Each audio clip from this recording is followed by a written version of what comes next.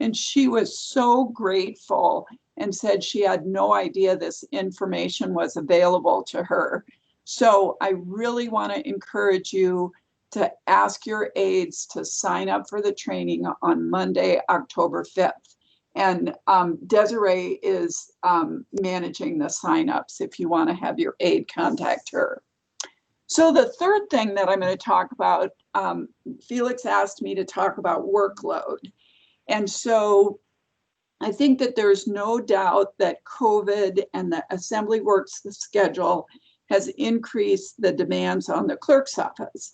So I would say, and number one, you guys are doing more work, so that's more work for us. And so one thing that I would ask you again is if you could encourage your aides to come to this training, we could train them, and it gives us all more resources. And then the second thing that I would say is many of the new things that the clerk's office is doing for the assembly, especially related to COVID, are tech related. You know, we're doing Teams, thank goodness for Desiree. Felix and the clerk's office recognized Desiree as our employee of the quarter for all of the work that she has done figuring out Teams for us. So we did ask for a temporary person to join us to help us continue to work on these tech issues for the rest of this year. And obviously that person will be critical to helping us get these meetings set up at the chambers, you know, because they're going to be complicated with the hybrid idea of a meeting. And then the last point about workload that I'd like to ask is to please be patient with us. There's no doubt that we're all working hard to get our regular work done, plus the extra work related to COVID and the technology. And we just would like you to ask you to be patient. And that's it for me. Great. Thank you so much, Barbara. All right, so I have a few folks queue on your report. So first I have Meg. Thanks, Felix. Thanks for the update, Barbara. And I just wanted to pass on that at least 2 or 3 times using the auditory device for sound, it goes to fuzz. It seems to take care of itself after a minute or two, but I just wanted to pass that on, and I don't know if that's related to kind of some of the other issues or if it's just a bad device. So just wanted to put that out there in your facts about sound. Thank you, Meg. I will add that to the list. And I can tell you that the vendor will be here, and I will remind the team to talk to him about that. At one time, they said that the antenna for that device was behind a concrete pillar, and that had been causing the problems. But I will let them know that it's still not working, and we'll get that addressed. Thanks. Thanks. Chris, do I have that? Sorry. John. Oh, thanks. So, Barbara, on the mobile video stuff, you know, my concept was more the full package to get us, you know, if we had to move in a hurry. So we have everything at the loose act, but all of a sudden the roof falls down there and we have a meeting. So we just take this huge box of stuff over to some other location and we set it up in a flurry and we have a meeting.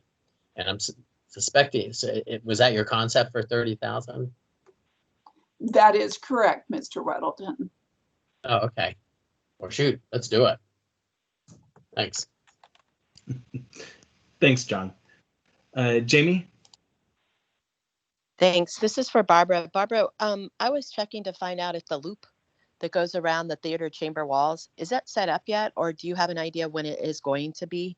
And you know, the loop, because it coincides with my hearing aids. Jamie, I have not been working on that. I think you've been working with other people on that. Is that correct? Actually, I want to say Dean. So maybe I'll check with him. Okay. I just didn't know if there was a time frame because it's very distracting without the loop. So, okay, I'll check with Dean. Thanks, Barbara. You bet. Thanks. Crystal? Thanks, Felix. My question was just in regard to the camp access on the Muni. It's not actually their webpage. It's just the Muni. Well, I don't know. Maybe it is. Anyway, but to get to camps, I know I have to go through a bunch of hoops and actually have to have a computer to do that and that. So my question was, though, in regard to public access, I thought that was just employee access. So is there access to some of those documents that just the average public would have access to? Well, I guess I can answer that question, Ms. Kennedy. This spring, we set up a team, and the team that's working on what we're calling the public portal, and it's the public portal to access those documents. The team is me, Jennifer Beniclausen, and Christopher Constant. And we have had a couple of meetings with OIT regarding the project. We have a definition of what the project is. And this week, the project was put on hold because of the ML&P migration. So that's all the farther we are, is having the project defined. And I believe it's on hold until November. So we know about that and we're working on it, but unfortunately it's on hold till November. Okay, well, let me follow up on that, please. Just in terms of how we do get access for the public for a requested document. Because my understanding is that if we want to see something that's amended and signed as actually finally approved, that's not available on the web page that we can currently give public access to. So is that true? I mean, can somebody actually otherwise find a signed resolution? Or are they going to basically have to go through us, and we'll have to go through the employee portal and get that document and then send it to whoever requested it? So if there's an easier way, I would love to hear that. Well, I would certainly hope that there is an easier way. And here is my recommendation. Ms. Austin Gwynn Davidson asked a couple of weeks ago if she could have an email address to refer the public to. And so we do have an email that's going to go out to all of you that's going to say, if the public has questions from the clerk's office, have them email this number, or you can call. It's the main email address and it's the main number. And what will happen when we get that email is that we deliver that to the staff. Staff gets those docs out to the public as soon as possible. It does take us probably about 5 to 7 days to get documents finalized and signed. And I will tell you that with some of your documents that have, more than 5 and sometimes 30 amendments, it might take us longer than a week to get those done. But as soon as those are done, we have a list of people who requested it and we send it out immediately. So I would just encourage you to send those directly to the clerk's office. You can tell your constituents to count the main number if you don't, the main clerk's email, but if not, just forward them to me and I'll get them to the right place and we'll get them the documents as soon as they are available. Oh, thanks, Barbara. That helps, because I know there are some people that just want public access, where they just get online, make the request, it's done. But it sounds like, excuse me, it really has to go by request to personnel. So that helps a lot, though. That's good. Thank you. Thanks. Chris? Yeah, thank you, Crystal. Just to note, though, that the plan is as soon as we get the project done, that the public will have direct access to all the files going back to, I believe, 1967. And so for the short term, because of ongoing work, we've been working on it since the spring, but COVID and everything, it's just taken us a while. And my practice is to email the clerk directly on behalf of, or the clerk's office, the staff, on behalf of the constituent request. So I get the item and then share it with them. But for now, that is the only way, or call the clerk's office directly, the constituency. But hopefully by the end of the year, beginning of the year, we have this tool set up again where the public can just access them themselves all the way back, as far as we have records. No, that's good. That helps. Thank you. Thanks, Mr. Chair. Thanks. All right, I don't see any more questions for Barbara. Thanks so much, Barbara.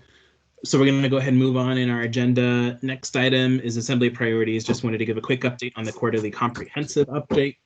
So I've been talking about this for months now in this committee.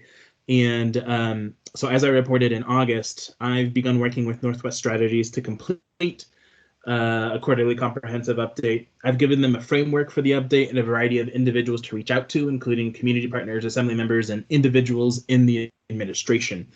The PO with Northwest Strategies is to complete 2 updates by the end of the year. We had hoped to get one done in September, but that is less likely at this point, and then another done in December. So these should, I think, be pretty great updates for us to share with the community at large and at our community councils, and just considering the great interest that there has been in what's going on. And they should also help us gauge how well or not we are doing to achieve our goals that are outlined in the 2019-2021 priorities. So that was the only item that I had there. As soon as I get more information from Northwest Strategies, I'll make sure to share that ASAP with the rest of the body. But I think for the first time, feeling confident that it'll actually get done now that it's in someone else's hands. Okay, so that was it for that item. Let's go ahead and move on, unless there's any other comments on assembly priorities. Okay, not seeing anything. Let's move on to assembly member discussion on pending business and update from committees on any of their upcoming business.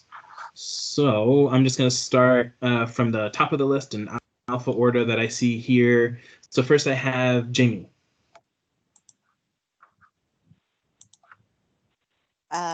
No, I'm okay. Unless you wanted me to discuss the audit committee. Sorry, I wasn't paying attention, Felix.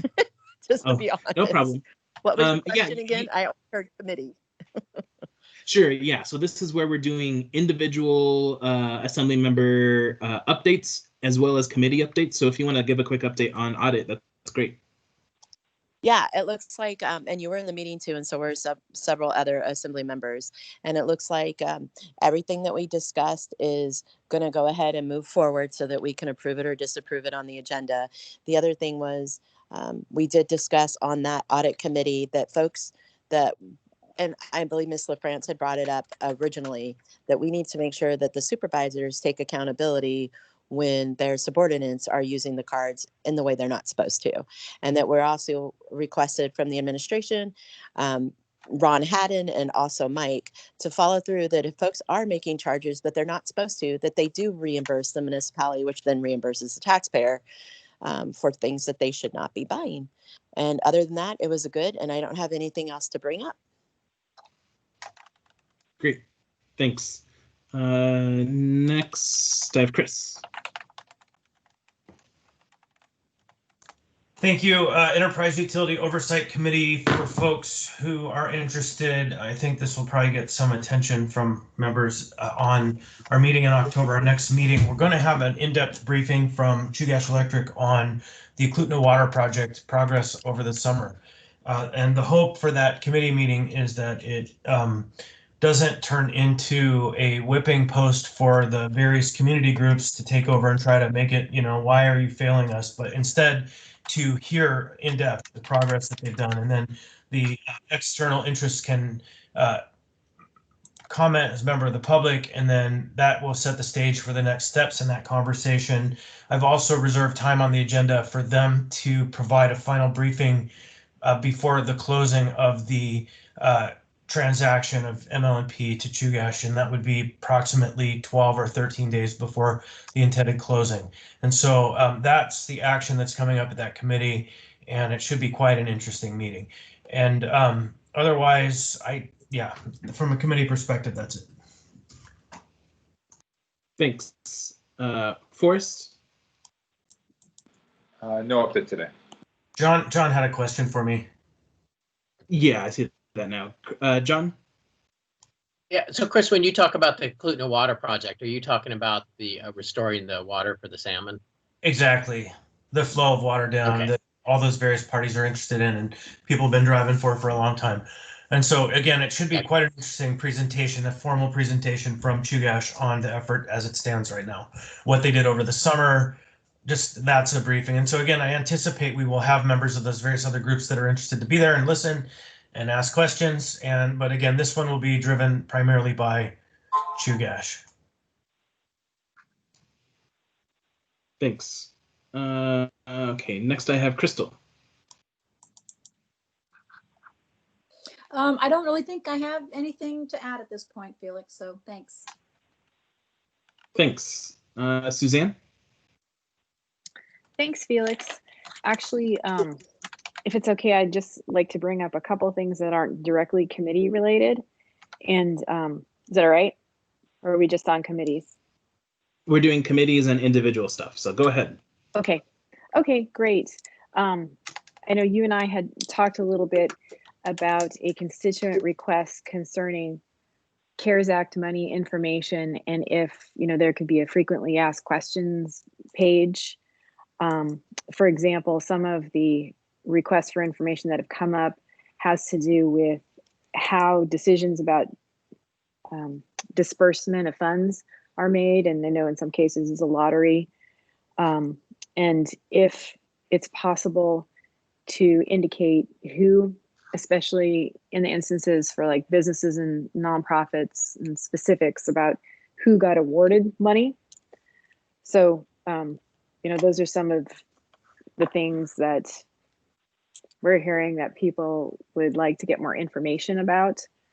And then the other thing that I wanted to mention, and this may not be the correct venue, but the Stormwater Utility Commission had its first meeting on Tuesday, and I know that the Stantec Award is on the agenda. And we had, passed a resolution saying that the commission would review that award before we took action, and I don't believe that they've had time to do that. So I'm just putting that out there, since this is publicly noticed and everything, and it's probably something we'll take up, I would imagine, on Tuesday. But also want to let members know that while I wasn't at the meeting, they did meet on Tuesday.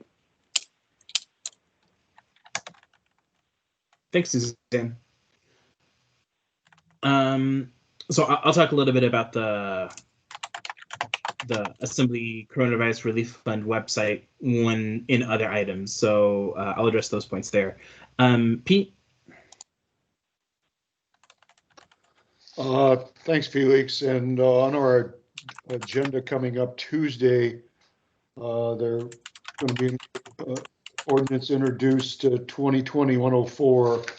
It's establishing the date of a runoff election within 3 weeks of the date of the certification of the election results.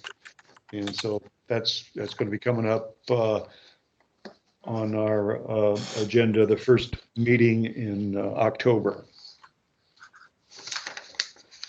Thank you. Thanks, Pete. Austin?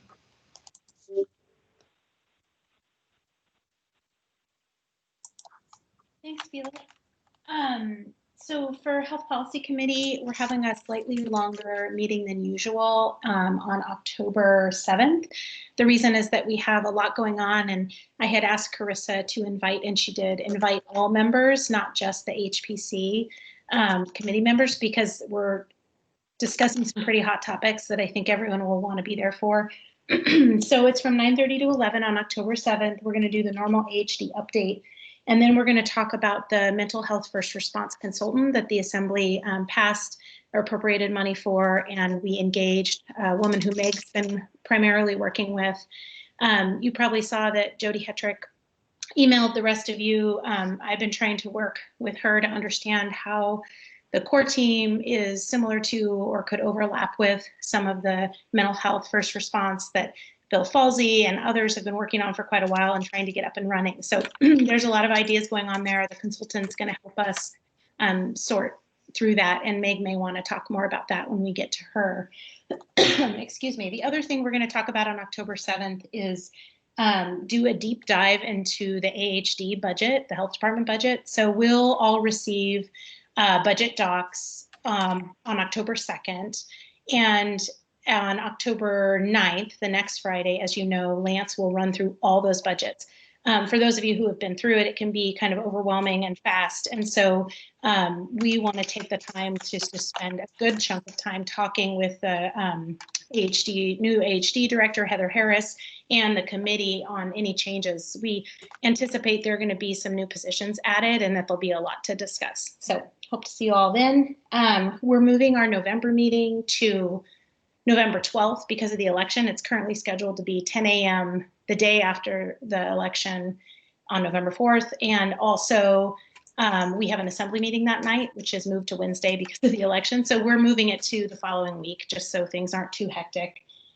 And I think that's it. I guess I'll just mention I've been having with Suzanne as well, and had a lot of discussions about the alcohol tax.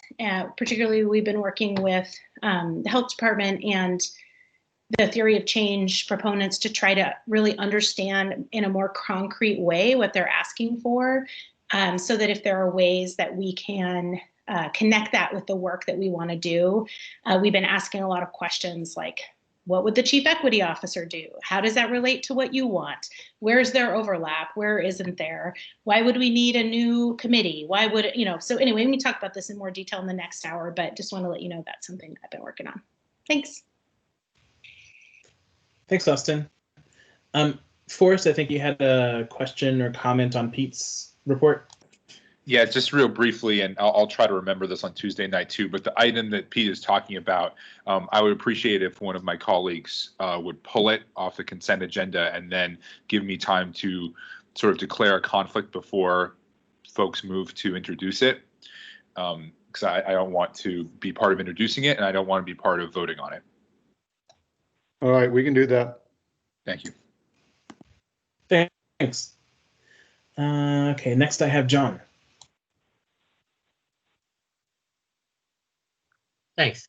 Nothing really totally new, but I'll recap anyway. AMATs, we're working on a new scoring system for the tip, and that should be something we'll be looking at pretty soon. And also, we just finished the MTP 2050 or 40, and we'll be bringing that in as the long range transportation plan for Anchorage soon. I think we'll see that in the next month or so. And we're also starting on the MTP 2050. Which is due in, I think, just under 3 years. And I think a good point on that is a lot of the comments that came in for the 2040 plan kind of got brushed off as, hey, you're just too late in the game. But those will all be brought in as part of the initial step for the 2050, or they've already been brought in as a starting point. So, there's some value in that. CEDC, we're still working on changes to the marijuana code, and then, potential shelter licensing and kind of looking at what conditions would apply to a conditional use. We have this quasi-judicial procedures. Barbara's probably rolling her eyes, and Mandy's there. That is probably 99.9% done. We just need to get it on an agenda to look at. And then personally kind of watching land use plan implementation with the RFAs and rezones and so on. But I think Shooty's on that pretty well. So we're starting to see things on our agendas.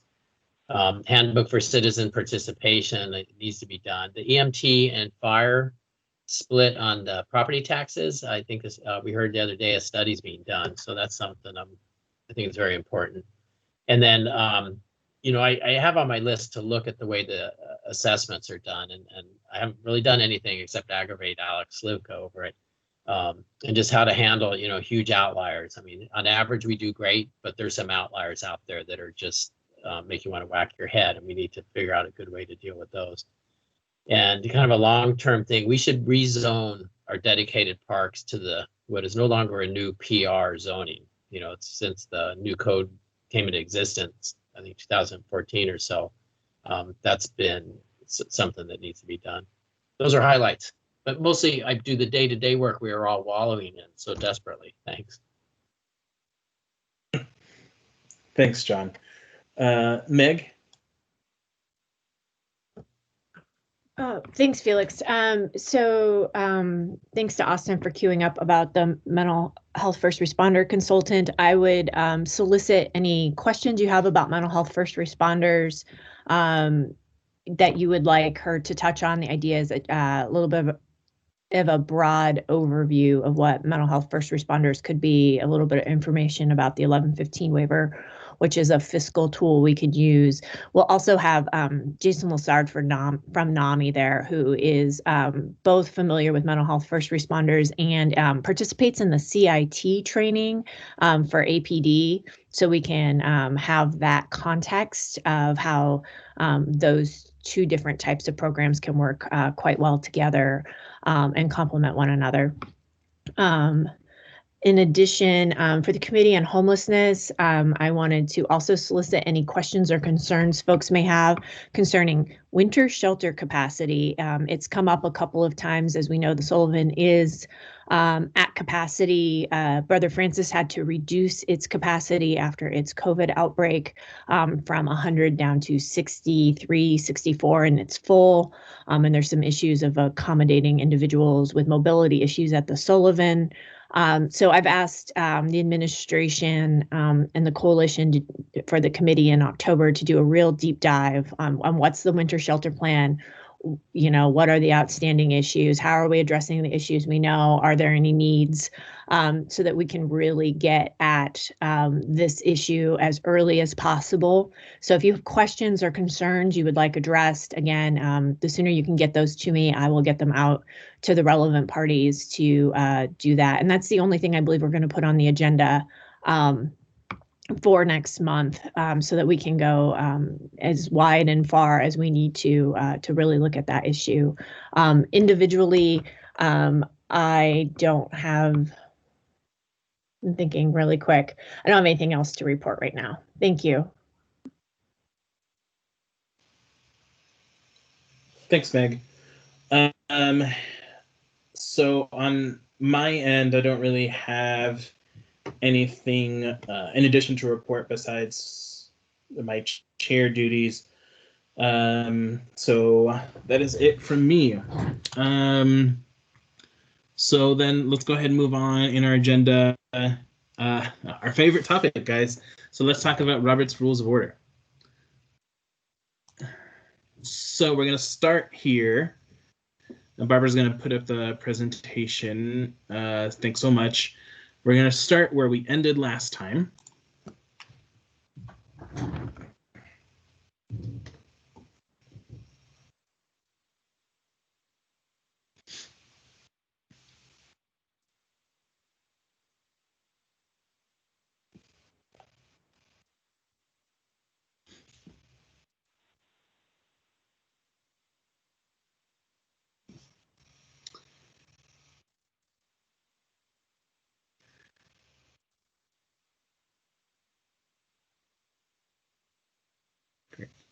And can you go ahead and do presentation mode, please?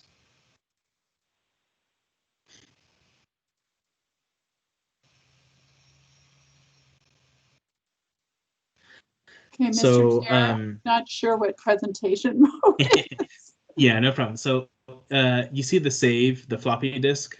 Yep. Which, yeah, those were a thing.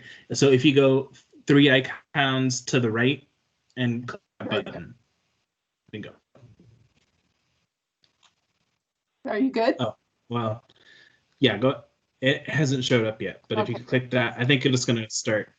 Oh, why is it doing that? All right, I guess we can just take that off because that's really small.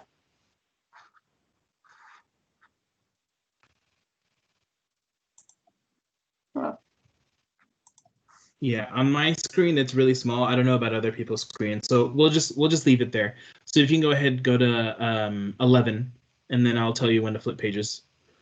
So last time we ended with a few different questions for a future discussion. So those questions are all on slide 11. Of note, we added one question based on Crystal's suggestion, which was, what are the rules of decorum for the public and what are the rules of decorum for assembly members towards the public? So let's go ahead and dive into it. First question, if we could, next slide, please.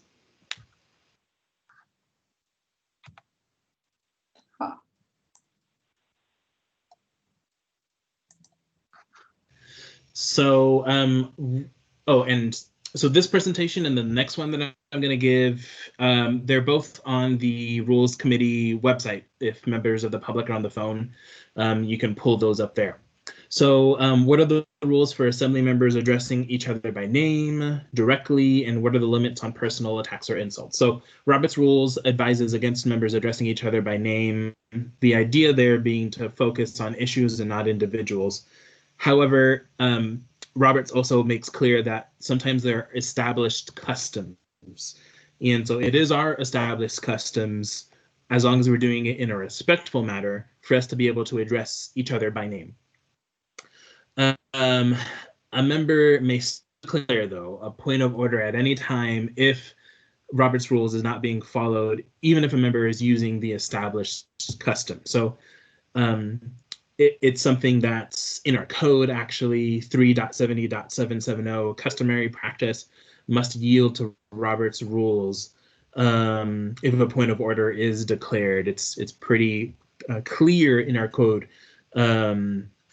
that Roberts reigns supreme if it's not in code already. So that's the sort of the long and short of that one. So I guess just to reiterate, it's our custom to use names, but we need to do it in a respectful manner. And that's sort of addresses both questions, right? So what are the limits on personal attacks or insults? We shouldn't be using personal attacks or insults because that wouldn't be addressing each other in a respectful manner. So any questions on that before we move on to the next one? Mr. Chair? Yeah, Felix. Go ahead, Suzanne. Sorry. Thank you. And just to comment on here, at other times, we've talked about addressing and ascribing motivations to individual members when someone's speaking, and just wanted to emphasize that it's been a practice of this body ever since I've been on it, to definitely avoid that. Yes, correct. I think in one of the earlier slides, that point is addressed. So slides 1 through 10 addressed a bunch of other things, and one of them was talking about intent, and that's one of the things that we're not supposed to do. We, rather than assume intent, we should ask clarifying questions so that we can better understand each other's intent.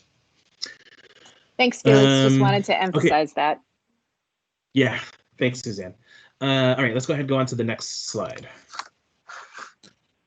So next question is, what is the role of the chair in maintaining decorum?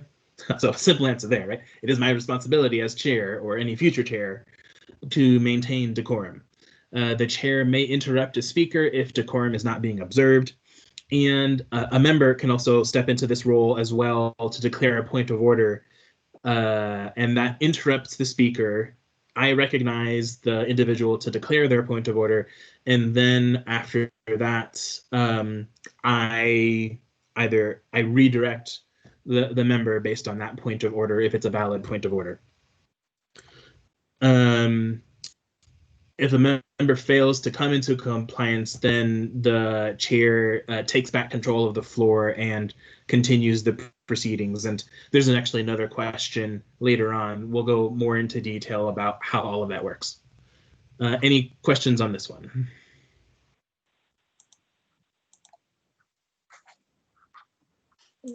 Felix, this is Crystal. Yeah, go ahead, Crystal.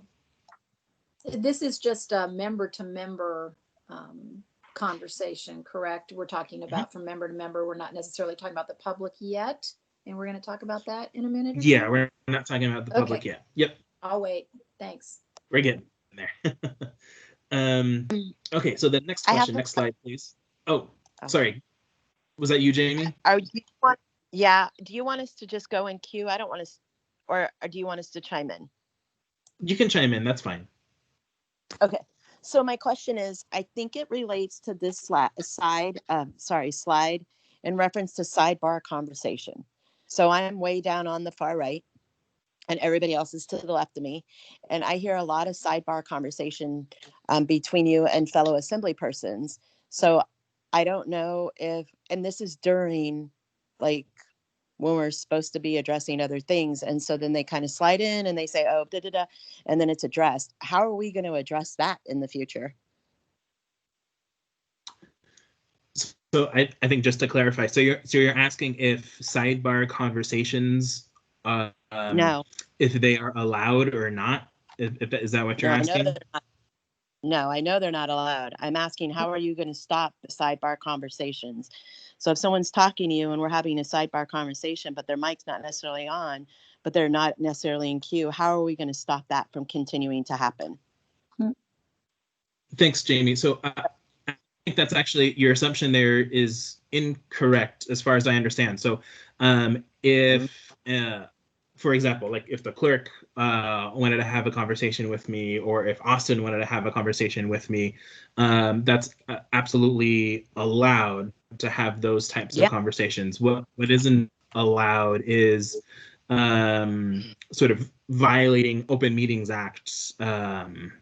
So those one-on-one conversations, totally fine. But if you're sort of more than that 3, then that's when you should be doing it on the floor. So is there additional clarity that you wanted to provide in your question? Yeah. So I don't want to say any assembly members' names. I'm telling you that when I'm down there and other people have witnessed it, and I know Crystal can vouch for me on this, there is conversation between you and assembly members when they shouldn't be. So I understand if Austin Quinn Davidson is speaking to you, I understand if Barbara is, but there are other people who interject on either side of you. If you want me to say the assembly members' names, I can to show. What I'm trying to say is it goes on, and I'm asking if you're going to stop it from them making comments, because if they have a comment, they need to get in queue or they need to put on their mic and speak. Okay, got it. Now I think I understand now what you're saying. So yeah, you're saying sort of the order of people speaking and making sure that we're not interrupting each other, I think is what you're getting to. So yes, that is something absolutely that it's the chair's responsibility, right? My responsibility to make sure that people are speaking in the right order. And it's something that we've is in these other slides about the floor. It's really important to respect who has control of the floor. And the short answer to that, the chair always has control of the floor, and the chair temporarily gives control to someone else. And unless I ask you to speak and I, say, okay, I recognize you, Mr. Constant, to give your point of order or to speak, then folks shouldn't be. They should either be in the queue or yeah. So that's how we should be doing things. I understand what you're saying, though. Sometimes individuals don't, and they chime in, and that's a practice that we shouldn't be using. I think there are a couple folks on this particular issue. So go ahead, Chris.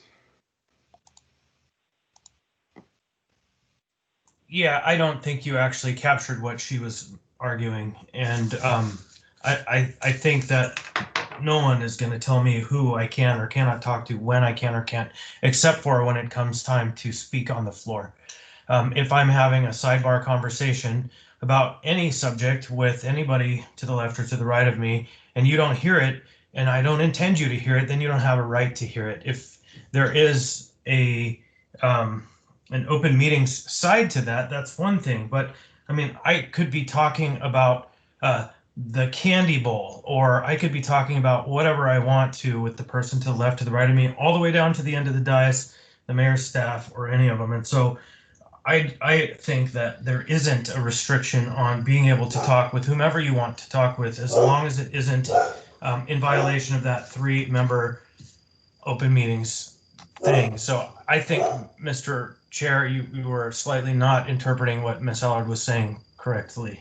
Actually, I'm going to follow up with that. Chris, you're not interpreting what I'm saying. So when you speak, I'm just going to say it so we can just hash it out right now. When you speak to the chair and you interrupt and you whisper little things and then he does this and you guys are speaking, I can't hear you down at the far end. So it's not what you just said. It is what Felix did recognize, and he did get what I was telling him. I don't care if you want to talk about the candy bowl with Austin or something else. Okay. I'm talking when Thank you. specifically lean up and speak to the chair. Thank you. Thanks. Alex, you had something on this?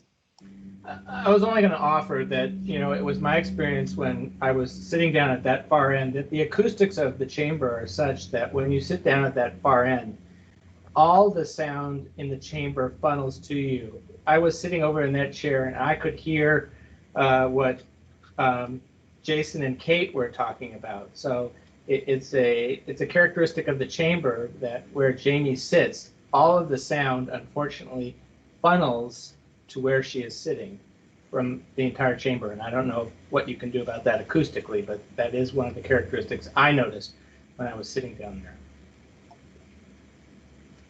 Thanks. All right, so just one last, if there's any other questions on this slide before we move on to the next question. All right, let's go ahead, next slide rather.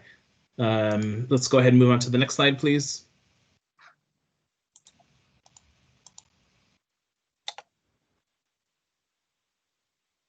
All right, so when is it permissible for an assembly member to have an expert testify during debate on legislation before the body? What are the limits on expert testimony? So I have 2 slides on this one, and then we'll do questions if there are any. Robert's rules is pretty specific on here that it does not permit subject matter experts to weigh in during deliberation. Those kinds of things should happen during public testimony. But it is our customary practice as the assembly to call upon subject matter experts to answer questions before voting. We've all done it, and it's a customary practice. It's been going on for years. Robert's Rules also has a specific proviso around reading from reports or books as part of a member's speech. So any member may object to that. And then that requires a vote of the body to determine the outcome. Also, a member may raise a point of order, and then customary practice must yield to Robert's Rule. So, like I said earlier, that's a very clear delineation. While we might have customary practice, Robert's Rules in the end always is sort of the supreme if there are issues raised, like a point of order. So next question, next slide, please, and then we'll go to the queue. So Robert's Rules also further goes into, actually code further goes into adjudicatory or quasi-judicial matters. So code gives the assembly subpoena powers for these specific kinds of items. So we can bring in subject matter experts via subpoena for those matters. On other legislative items, nothing in code prevents expert witnesses, and so that's when we rely back on customary practice. A point of order should be raised if a member feels that expert witnesses are being abused, i.e. that they are not germane to the pending question, that they are repetitive, sorry for that spelling error, or dilatory. And we've talked about what dilatory means in the last time that we went through these slides. Okay, so that's pretty much it for expert witnesses. So to recap, customary practice, we use them. We should make sure that whenever we use expert witnesses, that they are not abused and that they are germane to the topic before us, and that they are not used in a dilatory manner. So those are the guidelines that we have here for expert witnesses. Go ahead, Forrest, and then if anyone else has questions after. Thank you, Felix. And I'm by no means an expert on Robert's rules, and I don't have the definition of expert witness memorized. I imagine there might be a specific definition in Robert's rules, but in the law, expert witness means a particular thing. It's a certain kind of witness, and I want to make sure that we don't mischaracterize what some of the folks we are calling up to testify, or rather to speak to things during debate and deliberations are. So, for example, if we are, let's say we're working on Title 21, and we want to call Chris Schutte up because it's an administrative ordinance. We want to call Chris Schutte up to describe a portion of it. That is not an expert witness in my understanding of it. It's more like a fact witness. Nor is calling on, for example, like say we're doing a marijuana or an alcohol license, calling on the owner and after public testimony is closed and asking them clarifying questions. Those are not expert witnesses.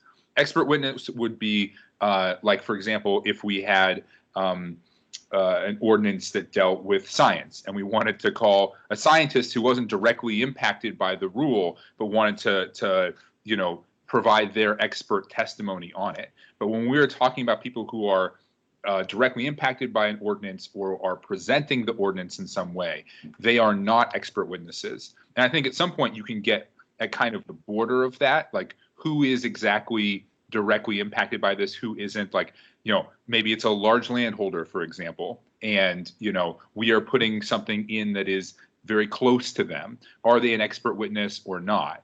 I think that could be a closer question. But for example, when we did Academy Vanguard, if we were to call on anybody from that neighborhood or to call on Christian Health Associates and say, what is the impact going to be or the price going to be, they are not expert witnesses. They are something else.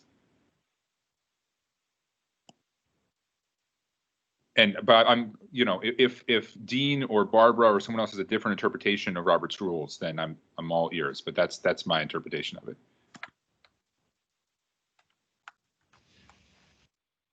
Sorry, hold on.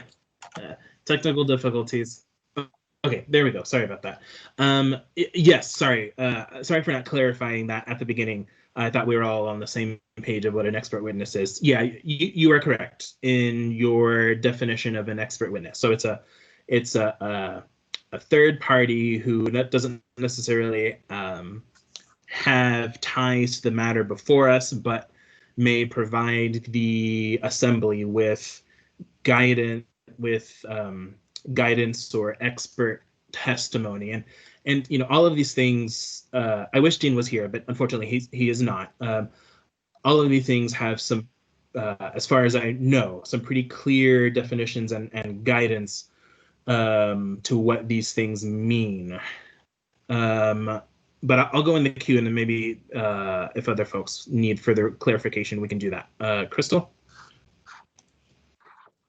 Well, thanks, Felix. I think Forrest is right. I think we have to be really careful about what we're trying to establish here, because there are certainly people that I think probably have a PhD at the end of their name that you could consider them an expert witness. But at the same time, there are a lot of people who have experience with an issue or an expertise of some level and familiarity that we really do rely on.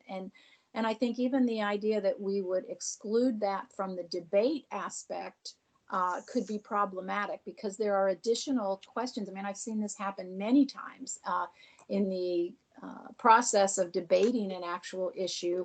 New questions arise, and you want to make sure that there's somebody there that can answer that. And so for a member to know maybe who those people are that would have the ability to answer some of those questions, I don't want to see us remove that kind of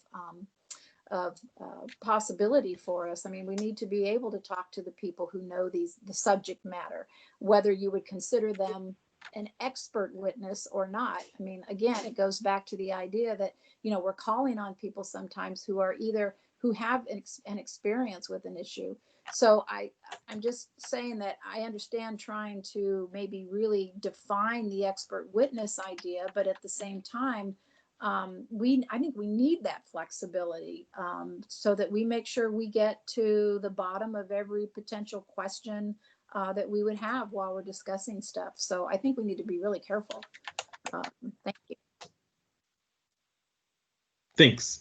And yeah, I guess just to be clear in case it isn't. So, and just to reiterate what the slides are saying, right? It's our customary practice to allow expert witnesses.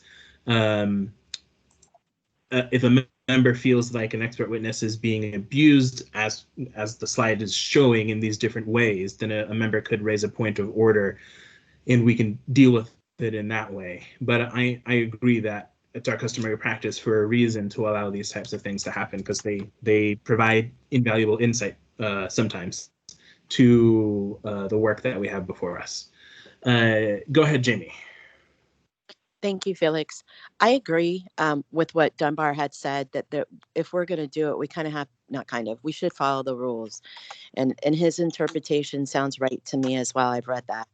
My concern was when we called in expert witnesses, I know I did, from out of state, I kind of got backlash from the public.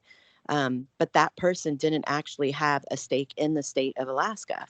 So that's kind of like, well, how do we do this? And then when we're in the largest city in the state of Alaska, a lot of what we're doing has direct impact on those expert witnesses. And so then do we go into just asking that person as a witness the 5 or 6 questions? And how do we just have to go outside of the MOA to get those persons to chime in? Alaska's so tiny. So I hope that I will definitely be, I don't believe, and if I have, please correct me, ever questioned anybody's expert witness, because I'm open to hearing everything. And I want to show that respect to my fellow assembly members. So I hope that we could be a little like we're kind of doing now. That's all. Thanks, Felix. Thanks. So on that point, code does not, as far as I understand, prohibit out of state testimony. I don't think there are any of those types of prohibitions, because I know I saw some of those same emails on that subject. But if someone more educated than I wants to correct me, they can do that. Next, I have Chris. Thank you. So just the last bullet, I want to repeat that bullet right there. That because what Mr. Dunbar had suggested was that Robert's rules might have some definition of what expert witnesses are. It doesn't. It actually is pretty clear that when you get to deliberation, it's time for the members to decide. And the custom you're saying is that we can be more flexible and have been more flexible and probably should be more flexible. And so I just want to be really clear that it isn't a Robert's rules issue, it's a custom issue. Thanks. Meg. Thanks, Felix. So I would ask maybe that we consider in our customary practice that if you are calling an expert witness, to consider adding in, 1 to 2 questions, just kind of laying that foundation of how this person is an expert in the area, a little bit about their credentialing, perhaps. I mean, I don't need a resume, but that would probably be helpful to put some context to the advice or information they're providing to the body. So that would be really helpful to me moving forward. And it could be really simplistic, but I think it would help frame then the information provided. Thanks. Thanks. And yeah, I know several assembly members ask those types of questions of folks testifying, just to get a better sense of who they are, why they're testifying, and sort of why they're an expert in the area. So having that done proactively, I think, would be helpful versus having assembly members ask those questions after the fact. Okay, any other discussion on this one before we move to the next set of slides?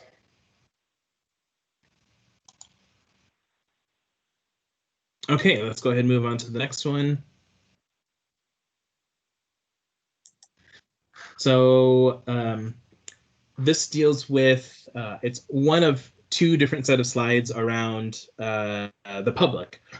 So this deals specifically with persons testifying during a public hearing. What are the rules and restrictions on assembly members asking questions to the testifier?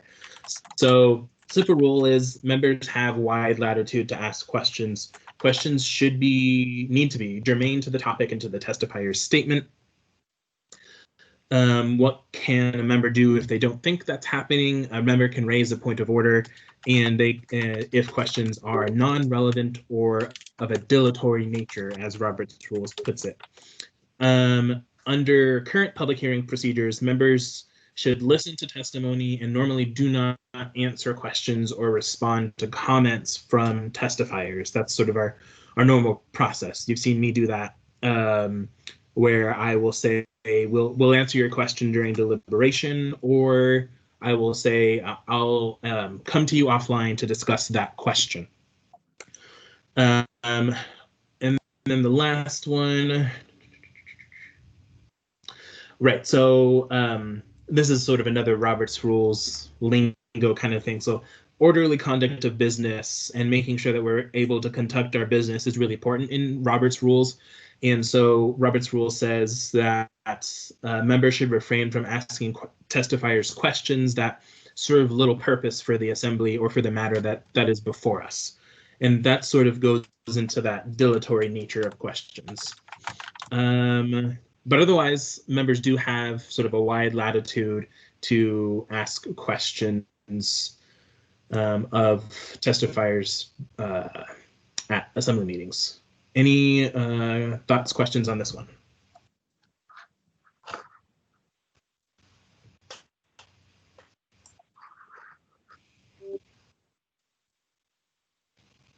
Okay, we'll go ahead and move on to the next one. Felix, so this next one. Before you move on, just quickly. Yeah, go ahead. You know, it's like this interesting place. All of these rules are guides, and the more strict we become, the less chance you have to ask or engage in a line of questioning that you want. And then there's the other side, which is like, well, we should always be limiting and let them talk. And in Palmer, you can't ask any questions of anybody. You just have to sit there and listen. And I hope folks appreciate the dilemma of having to balance all of those interests to come up with a policy that works for us. And that's it. I just wanted to put that out there.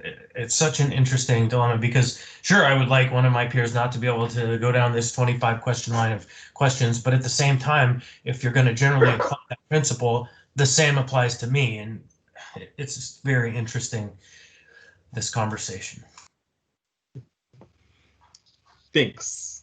Yeah, for my part, all of these questions have been raised by one or other members over the last few months, so I figured we might as well dive into them. Pete, you had a question? Yeah, thanks, Felix. Well, and you know, sometimes we get people testifying that give us information that's surprising, and so occasionally we will want to follow up on what they said because it may be different from the information that we had already researched or received prior. And so sometimes it's hard to predict. I mean, you can't predict what someone's going to testify when they're up there. And so there are times when, you know, they're just, you know, from what they reported, what they testified on, it creates questions that, you know, someone is one of the members on the body is probably going to follow up with a question. So it just depends on what they're testifying about and what kind of expertise they have. Anyway, just my 2 cents worth. Thanks.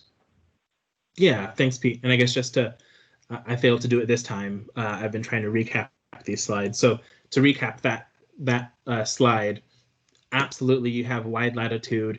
I think the guidance that's given in Robert's Rules is just make sure that it's relevant to the issue that we have before us. That's all. And it's like I said, that's just guidance. Unless a member sort of wants to make an issue out of it and raises a point of order. Okay, so now we're on this set of slides. So again, there's 2 slides on this one. So let me finish the 2 slides and then I'll open it up. So how does the chair enforce these rules? That's another sort of questions that's been raised by the public and by others. So the chair may interrupt a speaker at any time to inform them that they are out of compliance. You guys have seen me do that from time to time. Any ruling by the chair are subject to an objection and majority vote of the body. I don't know if I've actually seen that happen, but it's an option and an avenue for members if they disagree with the ruling of the chair. So Robert's Rules lays out sort of a series of different enforcement mechanisms. So first is calling a member to order. That's usually the first warning, and many times the second. And that's usually how I will operate it. I will do that twice before I attempt to escalate something. So the chair is going to make a statement like, the member from downtown is out of order, or Mr. Constant, you are out of order, or the member from South Anchorage will come to order, or that is not in order. So you'll hear those kinds of statements, and that's so that is that calling a member to order. So that's typically the only one that's ever used, and typically we don't have to do anything else. But next slide. So next slide describes processes that I never want to use and hope to never use at all. But I feel it important to put it out there so that this information is available, so that we all know. So the next sort of level of consequence is what's known in Robert's Rules as naming an offender. So after repeated warnings, after repeatedly trying to call a member to order, the chair may direct the clerk to take down the objectionable or disorderly words used by the offending member and enter them into the minutes. So what that will look like is basically a clerk's note in the minutes that says the chair so-and-so assembly member did these things and they were not in order as declared by the chair. So that is sort of the next step, and I think that's likely the next step because it's a little bit more sort of a public sort of tisk kind of shaming. Then the next step described in Robert's Rules is, if a member continually fails to adhere to quorum, sort of meeting after meeting after meeting, and it's getting in the way of business. I think that's another important aspect as well. It has to be disorderly for the meeting and sort of get in the way of us doing our business. Then the chair may consider removal from committees or committee chairpersonships, as Robert's Rules puts it. Then the very, very last kind of thing that members can do, well, I don't think it's the very last, but in my opinion, it is the very last. So is censure. And you guys have seen this in the legislature used every now and then. The Assembly hasn't used it in a while. I think the last time it's been used was decades ago. So this is something that's not taken lightly due to the high regard for free speech rights of all members. So absolutely want to put that out there. So if all of the above have been used and the member fails to follow decorum, the Assembly may move to censure, which is a formal public resolution. So just like any other motion, it's a motion, second, debate, majority vote. So those are all of the sort of beginning from calling a member to order, escalating all the way to censure. That's the tools the chair has to enforce the rules. Again, I will repeat, I would love to just stick to calling a member to order, and that's all that I've ever done. So it would be great if that's all that I ever have to do. Any questions, thoughts on that one? Mr. Chair. Yeah, go ahead, Chris. Thank you. So under Robert's Rules, there's very specific procedures for the naming part of the process and taking down words. I don't know if you investigated what that process is like, or if Barbara wants to speak to that. But there are very specific procedures for that should those kinds of activities or behaviors occur. Let me just look up. So I will say that most of this research was done by Dean. So let me just look up and see if Dean had anything in addition to say on that. So I can read to you from Robert's rules if you want. So I'll just read a little bit of what I have here. So after repeated warnings, the chair can name the offender and direct the clerk to take down the objectionable or disorderly words used by the offending member and enter it into the minutes. That's on the slide. After naming the offender, if the member obeys, the matter can be dropped or not. If not resolved, any member can move to order a penalty, or their chair can ask on his or her own initiative. And that's all that Dean put together for me on this item. So did you have anything else? Yeah, straight out of Robert's rules. I just entered in this section into the chat right there. I'll go ahead and read it then. From Robert's rules, disorderly words should be taken down by the member who objects to them, or by the secretary, and oh gosh, that's long. Or by the secretary and then read to the member. If he denies, if he denies them, the assembly shall decide by a vote whether they are his words or not. If a member cannot justify the words he used and suitably apologize for using them, it is the duty of the assembly to act in the case. If the disorderly words are of a personal nature, after each party has been heard and before the assembly proceeds to deliberate upon the case, both parties to the personality should retire.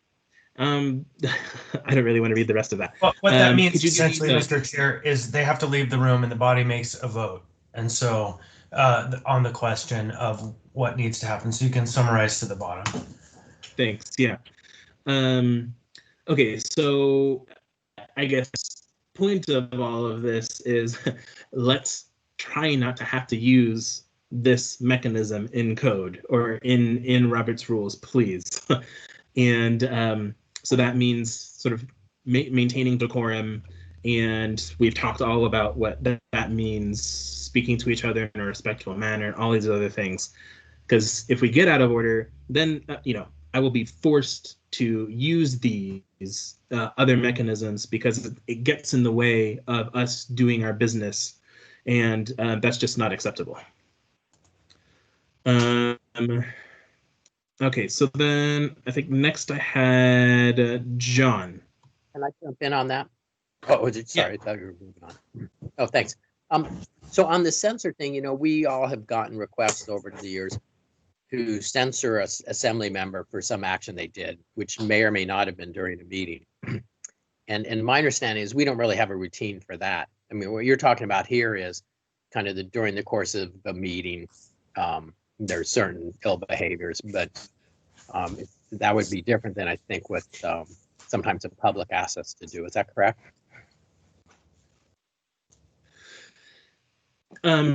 Yeah, so I think what generally what we get from the public, at least what I have seen, is sort of a singular instance of something, and maybe I shouldn't use the singular, but an instance of something that happened, and they ask for a censure because of an instance of something that happened.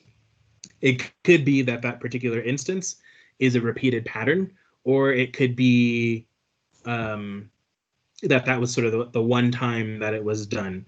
I think what the guidance that I have received from Dean, who did all of this research, was sort of censure should be a last, I don't want to call it a weapon, but a last reprimand to be used by the chair.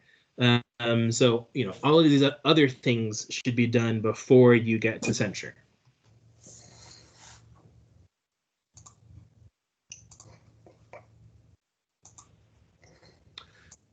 Thanks. Okay, any other thoughts or discussions on that before we move on?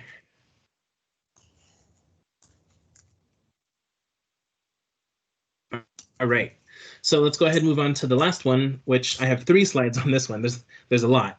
So rules of decorum for or towards the public. So slide 16 addressed some of those. So restrictions on asking questions to testifiers, which, to repeat, that slide basically said you have a wide latitude, just make sure that your questions are relevant to the assembly and to the issue before us. Department of Law did some additional research on this question, and here's basically what they found. So Robert's rules is pretty clear that the rules that apply to assembly members don't apply to the public, and that the public generally has greater First Amendment liberties, or I think freedoms, as Robert's rules puts it. The assembly can set our own limits because it is, I forget the term that's used, but it is a limited public, oh, someone save me. One of the attorneys, please save me. Limited public forum. Thank you. So it is a limited public forum. So we can set some limits. So our code has actually the following limits. 1, that there's a time limit. 2, that the testifier should provide their name and residence. And 3, that the public comment needs to be limited to the item at hand. It needs to be relevant to something before us. The assembly may prohibit disruptive public conduct, including someone speaking too long, being unduly repetitious, and extended discussions on irrelevancies. That's how Robert's rules puts it. And so that's typically the way that I enforce that. You know, you'll see me, if someone is on something totally irrelevant, I will ask them, excuse me, sir, but I need you to stay on topic to the matter we have before us. And typically, the way that I do things, I like to give people a couple of warnings before I shut them down. Robert's rules also talks about ejecting someone from the meeting, and basically what that is, you know, they must actually disrupt the meeting, and there's a sort of an emphasis on the actually part. The Department of Law did research on some of this to help provide some guidelines here.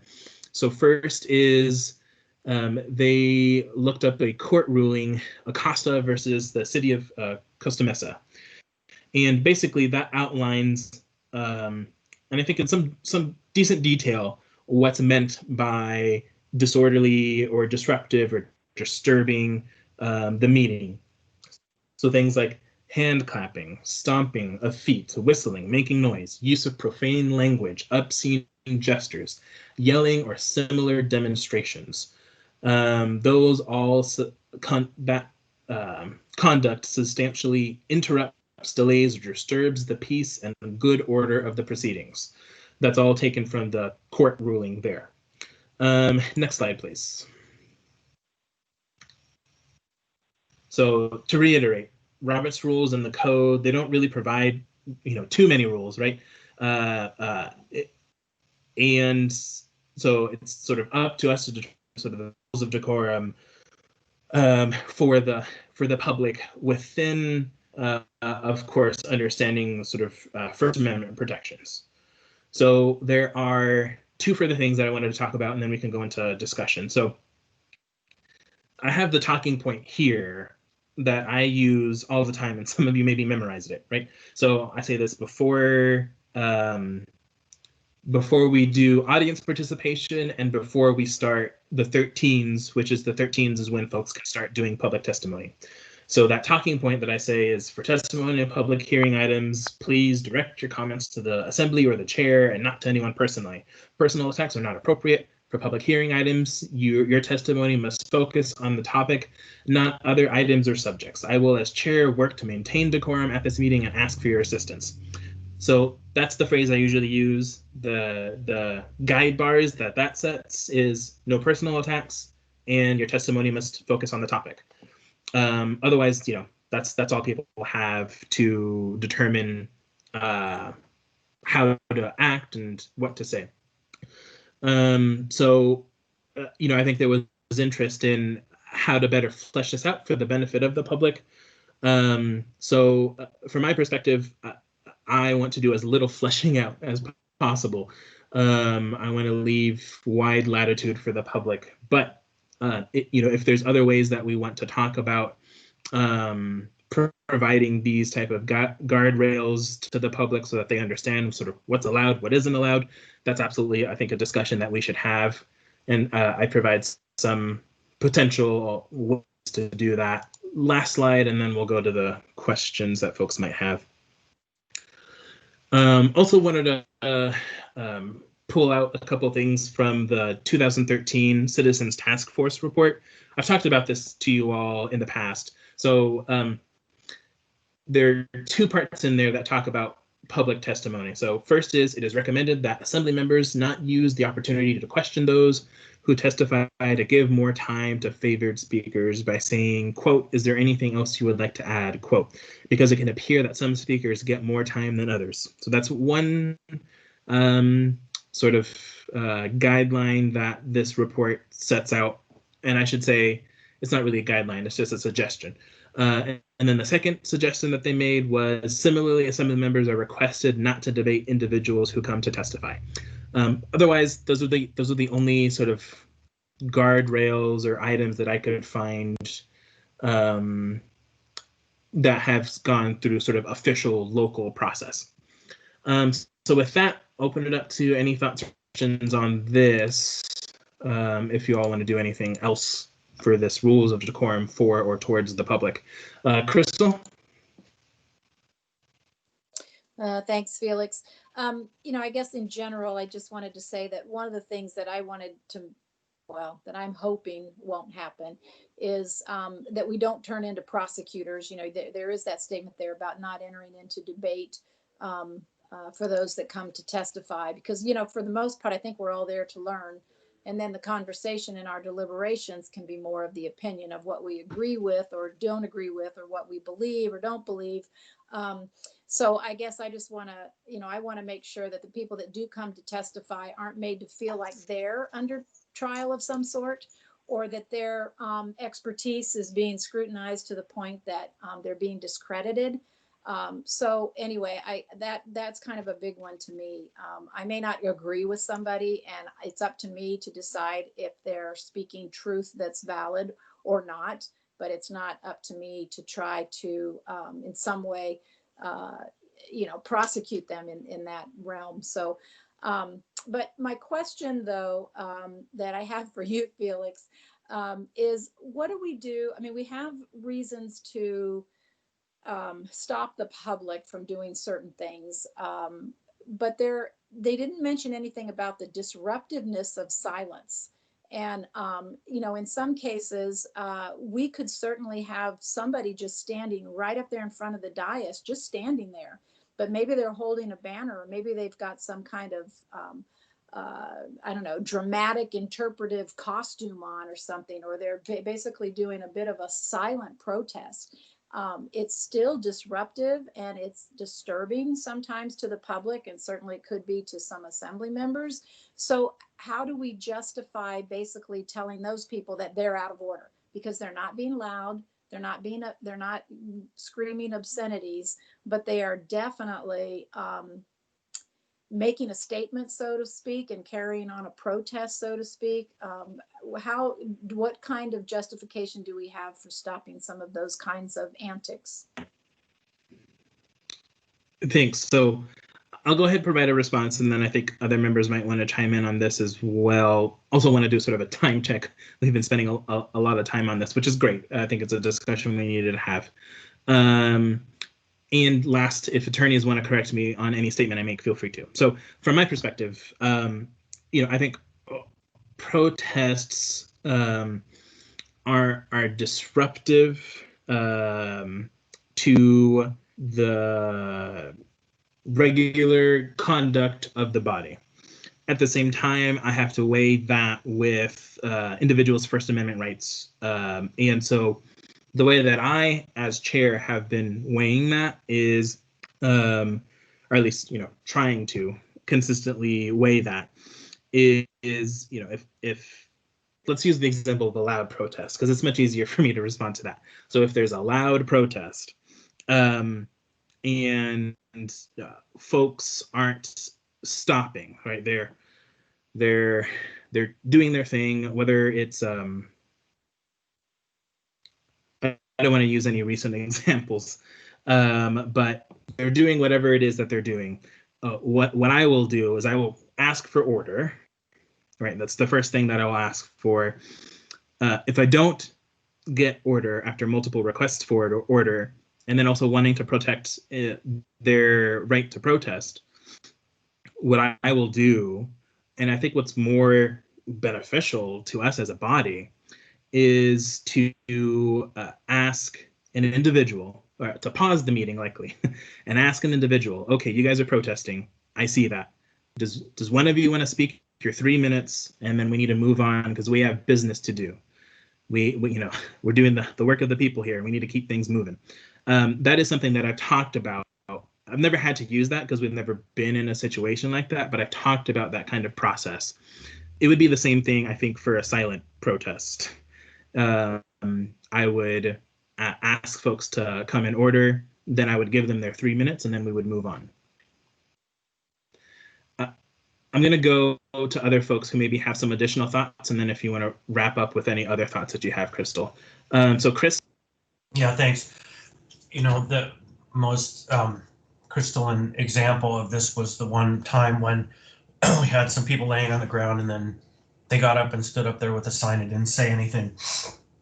And what I thought was interesting about that is we as a body, nobody said, hey, I object, something's out of order. And I think we chose the wise path, which was just to let them not say their piece in the time that they're allowed it. Because in some ways, as much as you can avoid an intervention that is in any way kind of disciplinary, the better, because it doesn't magnify and create more problems. And so as odd and kind of dilatory as that felt, I think we did do the right thing by just giving them 3 minutes and letting it go. Thanks. Jamie? Thank you. So I want to bring this up because I haven't brought up any of the decorum stuff to you, just for everybody to know. But since we're talking about it, when the folks were rolling around on the floor, that was extremely disruptive. And I did reach out to you, Felix, and said, hey, this isn't really respectful. It's actually distracting. And you said, no, you want them to be able to peacefully protest. Okay, we disagreed. You're the chair.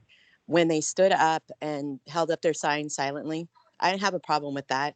I didn't find it distracting. I will agree with Mr. Constant on that. I think it was the best decision we made as a body.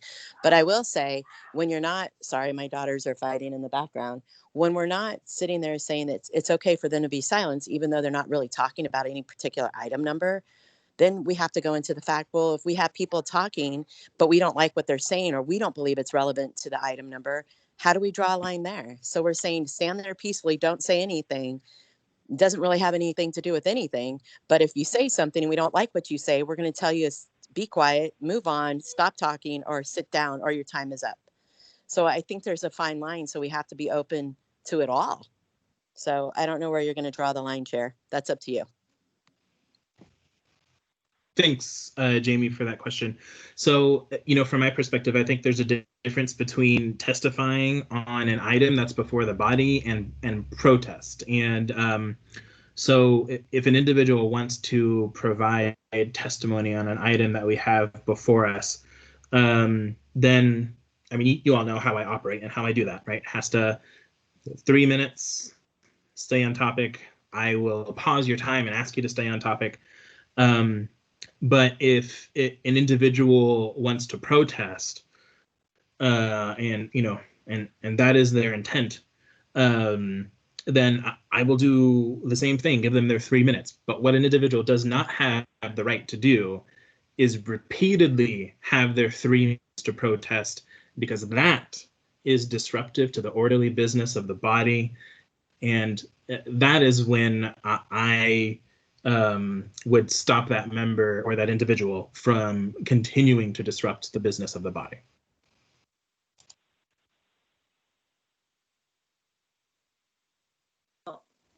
Felix, just can I follow up a bit? Yeah, go ahead, Crystal. I understand how delicate and sensitive this all can be. And we certainly don't want somebody to feel like they're not being heard. But that's kind of my point in all of this. When the person was laying there on the floor, I mean, I was, phoning in that day. So I'm watching all of this just from seeing the screen on my computer. And I had no idea why the person was there. I had no idea if, even if they were okay. But I certainly didn't understand what the message was they were trying to get out. So therefore, they weren't really protesting. They were just disrupting. And I had other people ask me the same thing. Why was that person doing that? And I didn't have an answer for them because that person never spoke specifically to what they were doing. Now, at some point, they might have gotten up and held a sign. So I guess I'm saying, okay, the idea of people in the audience holding a sign, if that's their protest, that's fine. We all get that, and they have the ability to do that. If somebody walks up and speaks for 3 minutes, they have the ability to say what they want to say.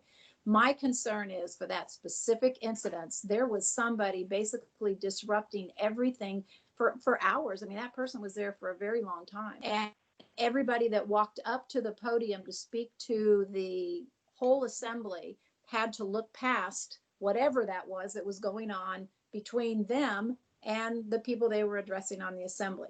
That's where I kind of thought, that's a line that we should have been able to draw.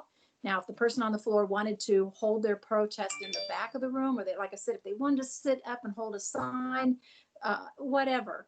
But the fact that they were right there in front of the chair's position and in between those who were speaking on other items in the assembly, I thought was unfair. So I'm hoping that we'll look at things like that a little more critically and either invite that person to get up and say what they need to say. But when they're done with that 3 minutes, they need to be in a different place other than in between the public and the assembly. Because that did send a message, I think. And that's what I think we need to be careful of. So end of thought. Thank you. Thanks. Yeah, I'll go ahead and address that specific instance. I will say I have made public apologies already for how I handled that instance. So I will do so again. And if I were to handle that instance differently, I would do what I had said earlier, which is if a silent protest like that is happening, then I will likely pause the meeting because it's weird to ask for order when something silent is happening. I will pause the meeting. I will approach the individuals. I will ask them to have their 3 minutes and then to be done with their silent protest, or do it in a different manner that isn't disruptive to the order of the body. I put, like I think I've said this in the past, that very night, I considered how I could have handled that situation differently. And as I've committed to this body, it will be handled differently into the future. Chris? Yep. Felix, I just want to say thank you. I mean, I'm not looking for an apology. I just want to make sure that that's something that isn't being overlooked for next time. And you explained that very well. So I'm satisfied with that answer. So thank you. Thanks. Yep, thanks. I think you recognize me, Mr. Chair. Sorry. Yeah, go ahead, Chris. So, yeah, it was such an interesting dilemma that because I just could visualize an intervention with them being dragged out on video and how ugly that would be for all of us and what we wouldn't want. And so it definitely was a confounding moment. And while we're on the topic of this, there's one form of protest that started the mask mandate protest of late is to just sit there with a fork and some popcorn in your mouth the whole time, like licking your spoon for the whole 5-hour meeting so you don't have to wear a mask in the chamber. And that's new, and it's something that certainly raises concerns for me, because if we're serious about that mask behavior, then we have to think about food in the chamber, because that's the latest. I mean, they were throwing bags of chips back and forth to each other in the chambers as they had their feet up on the back of chairs in the chambers. And so I'm not sure what we do about that, but that is certainly the thing that I noticed lately. Thank you. So I think the rules that we have on that, I think are fairly clear, but maybe not. So there are some exceptions to wearing a mask, and I think the exceptions are based on the term sort of. Yeah, I realize that, Austin. So I will try to move us on as quickly as we can. So the terms are based on sort of briefly doing things. So briefly speaking, briefly eating, briefly drinking. What I would suggest if members feel like something doesn't feel right, that is absolutely the appropriate time to declare a point of order, and I would suggest that members do so. So I'm going to turn to Jamie, and then I'm going to move us on. I was going to bring that up too. If we're going to have rules and mandates, and everybody kind of needs to follow them. And I think trying to be sneaky, and I saw that too with the chips flying in the air, it was really disrespectful to the chambers. It's disrespectful to everybody else who's abiding by the rules. And it's disrespectful to the assembly members who are also trying to abide by the rules. So I agree that maybe we can address it somehow, because that's not okay behavior. Thank you. All right, let's go ahead and move on to the next topic. So I have one presentation to cover the next two topics, and I am just going to try to go as quickly as I can through these.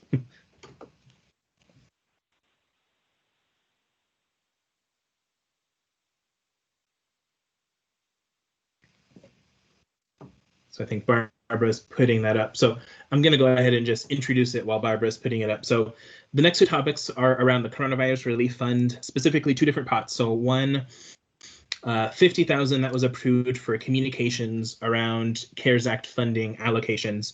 And then the second was around $175,000 that was approved for Assembly Department.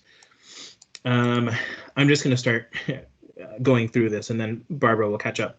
So both of these items were before us on July 28th. That's when we considered and approved both of these items. The first item is AR 2020-273. That's 10E7 on that agenda. So it set aside $50,000 for the purpose of, quote, funding an outreach education program on the uses of CARES Act funding, end quote. So there are two phases to this. So the first phase was before we approved the CARES Act package in August.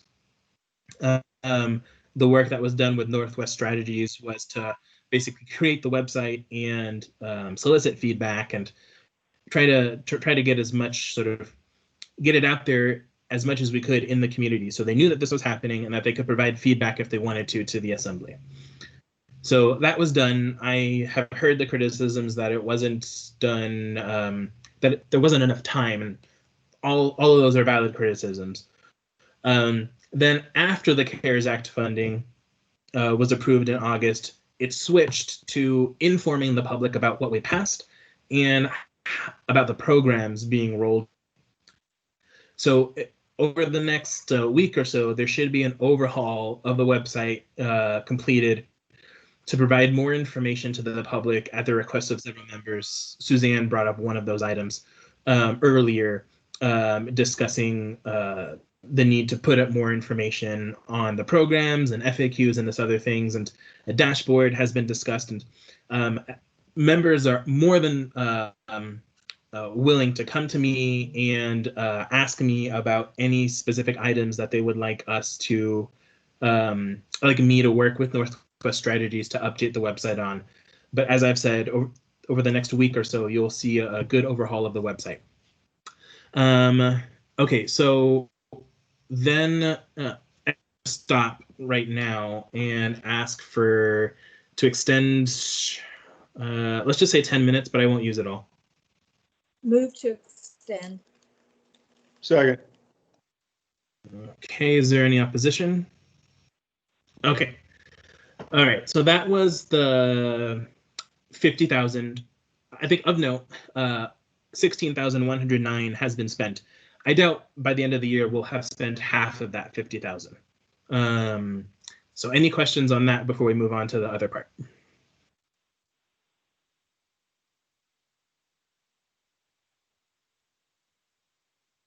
Okay, so the next part is the 175,000. So next slide, please. Oh, sorry, go ahead, Chris. Yeah, just I want to reiterate for the record here, know that I'm going to try to figure out a way to bring this forward, that as we move into the budget process, we should take some of those dollars and have a very public series of long meetings where we can hash out with the public invited kind of priorities and challenges to the budget in relationship to the COVID pandemic for 2021. So I just want to put that out there. Sure, and that's actually going to be addressed here in a minute, but that's great. So the 175,000 that was allocated, that was AR 2020-273, the same day we deliberated on that one. That was for two different things, and it was described in the AM. So first was 50,000 for the Assembly Counsel's office for purposes of a contract, attorney, and office management to assist with the increased work demands related to the COVID-19 emergency.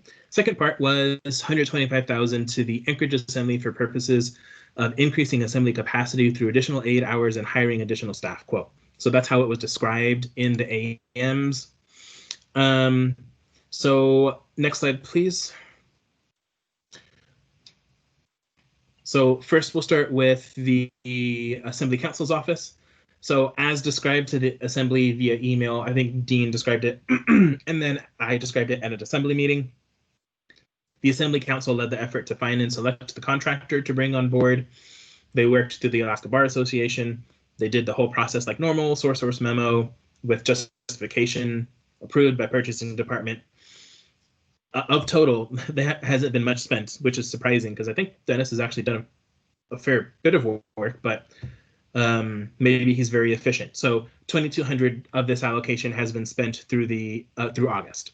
So we haven't gotten any of the September invoices yet for these contracts. Next is the 125 to finish up the 175. So after approval, I reviewed the record of the meeting, the intent, and solicited feedback from sponsors, as well as Assembly leadership to produce the spending plan. The spending plan was emailed to you all and feedback was requested, and then it was also shared in an Assembly meeting. Of note, all of these positions are through the end of the year. So far, $0 of that 125 has been spent. Next slide will detail what those positions are for. So as described both at an Assembly meeting and via email, here are the positions. So the 2 full-time contract aides, the 1 part-time contract aide for, so the 2 full-time aides are for COVID-19 specific. I think every Assembly member is going to have sort of different ideas of the work that they want these aides to do. In fact, it was asked at a community council, and I answered with a response. Meg had a different response, and John didn't respond, but if he did, I'm sure he would have had a third response. So I think there are probably 11 different responses of items that these aides could do for Assembly members related to COVID-19. Then the communications assistant, that's a part-time contract aide to assist with enhanced communications needs of Assembly members, COVID-19 related and otherwise. I included, as sort of Chris had suggested, budget stuff. And, we've seen a highly increased need to communicate effectively with our constituents. So this is part of helping to do that. Then the IT assistant is the, Barbara talked a little bit about that earlier, about the needs in the clerk's office. So this was one of their requests, helping out with Teams and Zoom and other duties that have just eaten up a lot of time from Barbara and from Desiree and from Jen and others. And so this is going to help alleviate that. The 2 Zoom licenses, that was an idea that several Assembly members had. So to be shared among Assembly members to host various constituent meetings virtually. Then supplies to meet the needs of any of the contract workers that we're bringing on, so small dollar amount there. And then unspent, and it looks like Desiree has clarified that the unspent is actually higher than that. It's 68,000. No plans right now to expend the money, but it depends on the work projects that are assigned to the contract workers, whether we actually expend any of that money or not. Okay, so that was the quick part. Austin, I think you had wanted to add a minute or two on the aid. Sure, yeah. I just wanted to let everyone know that we solicited applications and received quite a few. We closed, the period for applications closed last Thursday. By Friday, the clerk's office sent John and Crystal and I a comprehensive package of all of the applications. The three of us reviewed them on our own over the weekend, and then on Monday met and had a long discussion about who we wanted to interview. We selected 5 people to interview. And we worked on interview questions from questions Barbara had used in the clerk's office. So she sent us those. And then I asked my aide to just come up with aide specific type questions. Crystal and John and I then took that draft and kind of revamped it and turned it into something we all thought made sense. We conducted all 5 of those interviews on Wednesday afternoon, and we're planning to make a decision this weekend. We have a meeting set up tomorrow morning. So that's where we're at, and we hope to get, I think most of the folks that were interested in potentially would be available pretty much right away. So anyway, we'll keep you posted, but it should be soon. I think what would be important is, and I sent an email to this effect earlier this week, but starting to identify projects that we have.